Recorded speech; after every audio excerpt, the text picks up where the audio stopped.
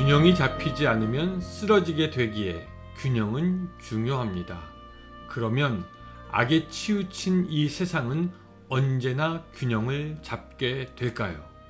저는 남가주 은혜로교회 이병현 목사이고, 믿는 사람들은 성경을 묵상해야 한다, LA 벨리에서 외치는 자의 소리입니다. 자, 오늘은 요한계시록 14장 1절부터 4절까지 읽고 153 경건의 시간 시작하겠습니다. 또 내가 보니 보라, 어린 양이 시온산에 섰고 그와 함께 14만 4천이 서 있는데 그들의 이마에는 어린 양의 이름과 그 아버지의 이름을 쓴 것이 있더라. 내가 하늘에서 나는 소리를 들으니 많은 물소리와도 같고 큰 우레소리와도 같은데, 내가 들은 소리는 검은 고 타는 자들이 그 검은 고를 타는 것 같더라. 그들이 보좌 앞과 내 생물과 장로들 앞에서 새 노래를 부르니 땅에서 속량함을 받은 14만 4천 밖에는 능히 이 노래를 배울 자가 없더라. 이 사람들은 여자와 더불어 더럽히지 아니하고 순결한 자라. 어린 양이 어디로 인도하든지 따라가며 사람 가운데서 속량함을 받아 처음 익은 열매로 하나님과 어린 양에게 속한 자들이니. 아멘.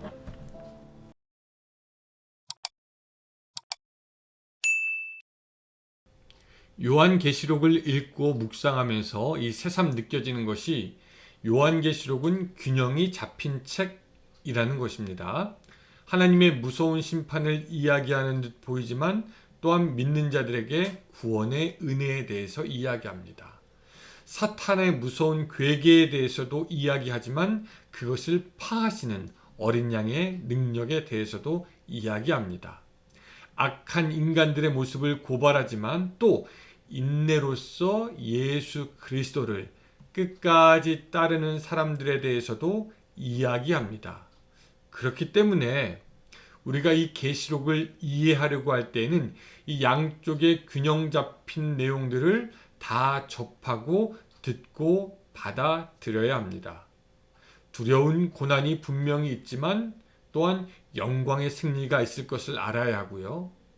고통의 핍박이 분명히 있지만 또 기쁨의 축제가 우리에게 있을 것입니다. 형벌이 분명히 있지만 또한 영원한 상급도 있을 것이라는 것, 이렇게 균형 잡힌 시각을 가지고 이해를 하는 것이 중요합니다. 이런 시각으로 오늘 본문의 14장을 보면은 이해하기가 쉬워집니다. 자, 13장에서는요, 성도들이 앞으로 당할 고난이 어떤 것인지 알려주고 그것을 경고하여주고 합니다. 그런데 이제 14장부터 요한계시록은 장차 우리가 사모하게 될 영광스러운 마지막 때의 모습을 보여줍니다. 고난의 터널을 지나고 또 그 터널 끝에 비추는 영광스러운 서광을 조금씩 비추어 주시는 겁니다. 그 처음의 빛이 무엇이냐? 바로 14만 4천 명이 함께 부르는 노래입니다. 자, 1절 우리가 읽었지만 다시 한번 읽어보면 이렇습니다. 또 내가 보니 보라, 어린 양이 시온산에 섰고 그와 함께 14만 4천이 서 있는데 그들의 이마에는 어린 양의 이름과 그 아버지의 이름을 쓴 것이 있더라 라고 하면서 구원받은 백성들이 어린 양과 함께 있는 것을 보여줍니다. 계속되었던 고난의 장면이 이제 예수 그리스도의 영광으로 넘어가며 균형을 잡게 되는 부분입니다. 자, 여기서 우리가 반드시 주의해서 알아야 될 것은, 지난 시간에도 14만 4천 명이라는 그 숫자에 대해서 이야기하였지만 이 14만 4천 명은 숫자 그대로 해석하면 안 됩니다. 꼭 14만 4천 명이라는 수를 말하는 것이 아니라 실수하지 않으시는 하나님께서 그의 뜻대로 구원하신 모든 백성을 가르치는 말입니다. 이 구원받은 사람들이 모여서 새 노래를 부른다라는 것이죠. 하나님의 백성이 아니면 배울 수도 없는 노래, 구원받은 거룩한 백성들이 부르는 노래, 아직 불리지 않은 새 노래로 하나님을 찬양할 텐데 여러분 이것이 얼마나 감격스럽겠습니까? 그 감격은 뭐 이루 말로 할 수가 없을 겁니다. 이렇게 새 노래를 부르는 사람들에게는 특징이 있어요. 어떤 특징이냐면 4절에 나와 있는 것처럼 여자와 더불어 더럽히지 아니하고 순결한 자며 어린 양이 어디로 인도하든지 따라가던 사람들이라는 점입니다. 이 사람들은 여자와 더불어 더럽히지 아니하고 순결한 자라 어린 양이 어디로 인도하든지 따라가는 자며 사람 가운데서 속량함을 받아 처음 익은 열매로 하나님과 어린 양에게 속한 자들이니. 여러분 여기서 여자와 더불어 더럽히지 아니하고라는 말에 여성분들이 오해하지 않았으면 좋겠습니다. 여기서 여자는요, 뭐 이겁니다. 사도 요한 당시에는 이방 신전에 있던 여자 사제들이 있었습니다. 그들은 주로 매춘부였고요, 몸을 파는 사람들이었는데 말씀드렸던 것처럼 당시의 기독교인들은 그런 이방 신전에서 우상 숭배할 것을 강요당했고 그 우상 숭배의 하이라이트는 신전의 여사제들, 그 매춘부들과 음란한 행위를 하는 거였습니다.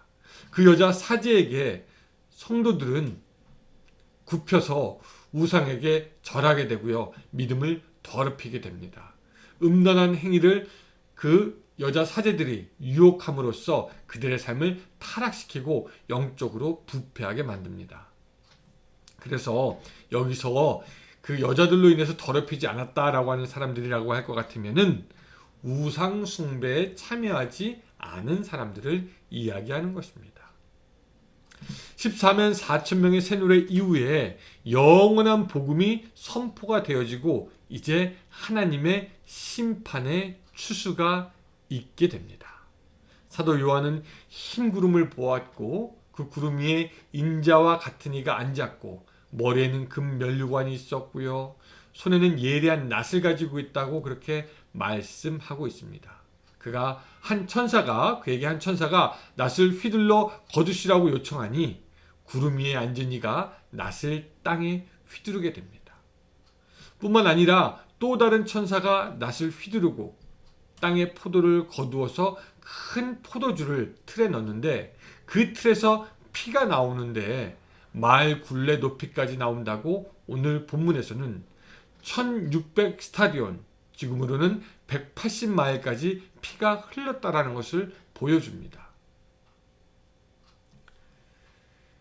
참 요사이 사람들이 쓰는 말로 어마무시한 심판의 추수가 있게 되는 것입니다. 이 본문을 읽으면서 예수님의 비유 중 하나가 생각이 납니다. 예수님은 천국은 좋은 씨를 제 밭에 뿌린 사람과 같다라고 하면서 사람들이 잘 때 그 원수가 와서 곡식 가운데 가라지를 덧뿌리고 갔더니 이게 싹이 나고 결실하려고 할 때 가라지도 보이지 않습니까? 그러니까 집 주인의 종들이 와가지고 말합니다. 주님, 우리가 밭에 좋은 씨를 뿌렸는데 이거 가라지가 어떻게 생겼습니까? 라고 물어봅니다. 그때 주인이 이야기하죠. 원수가 그렇게 하였구나. 종들이 다시 이야기합니다. 그러면 우리가 이거 어떻게 뽑기를 원하십니까? 라고 물어보지요. 그때 주인이 하는 말이 가만 놔둬라. 가라지를 뽑다가 곡식까지 뽑을까 염려된다. 둘 다 추수 때까지 같이 자라게 내어두라. 추수 때 내가 추수꾼들에게 말할 거다. 가라지는 먼저 거두어 불사르고 또 곡식은 모아서 내 곡간에 넣을 것이다.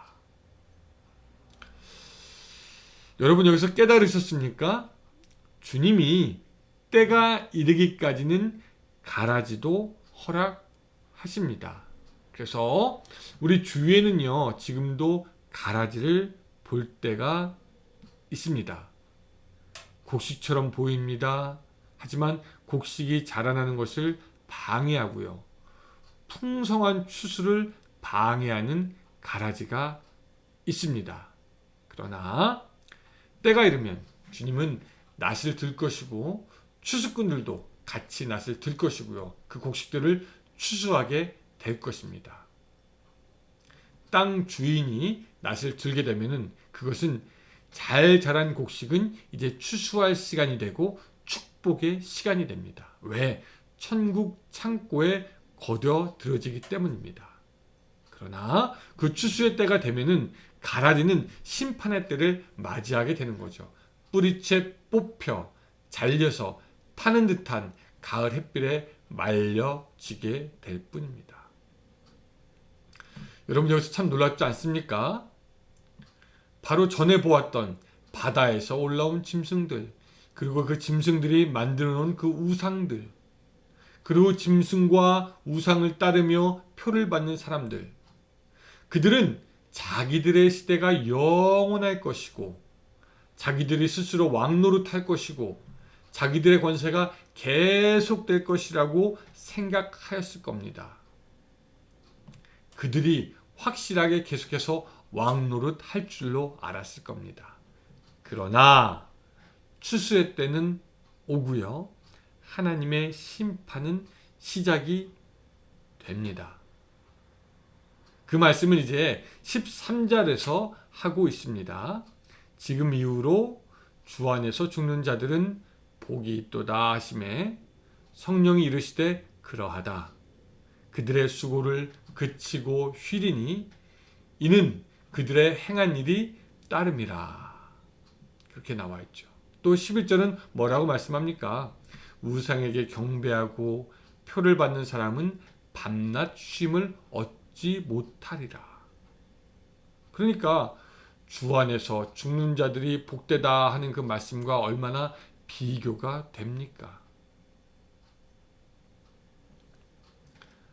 여러분 이것이 큰 차이입니다. 우상 숭배자들은 이제 지금부터가 쉬지 못하는 고통의 시작이요.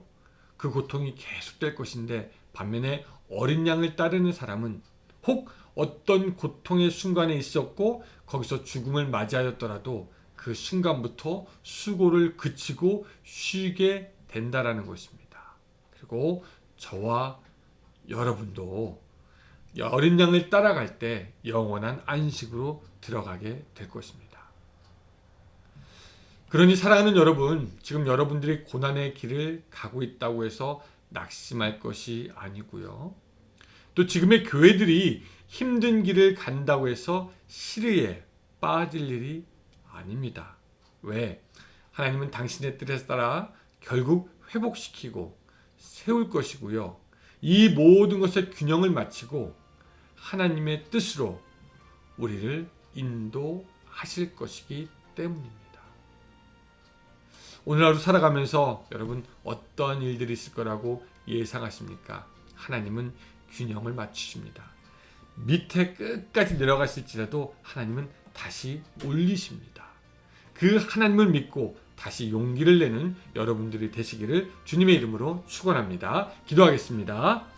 사랑과 은혜가 충만한 하나님 아버지, 오늘 우리가 고난의 길을 가고 있다고 하여도 우리를 다시 회복하시고 살리시는 그 하나님을 기억할 수 있도록 주여 도와주시고, 말세의 때 악한 자들이 판을 칠더라도 비록 힘들어지더라도 우리를 도우실 하나님을 믿고 의지하며 어린 양을 끝까지 따르며 더럽히지 아니하는 우리들의 삶이 될 수 있도록 도와주시옵소서. 예수님의 이름으로 기도드리옵나이다. 아멘.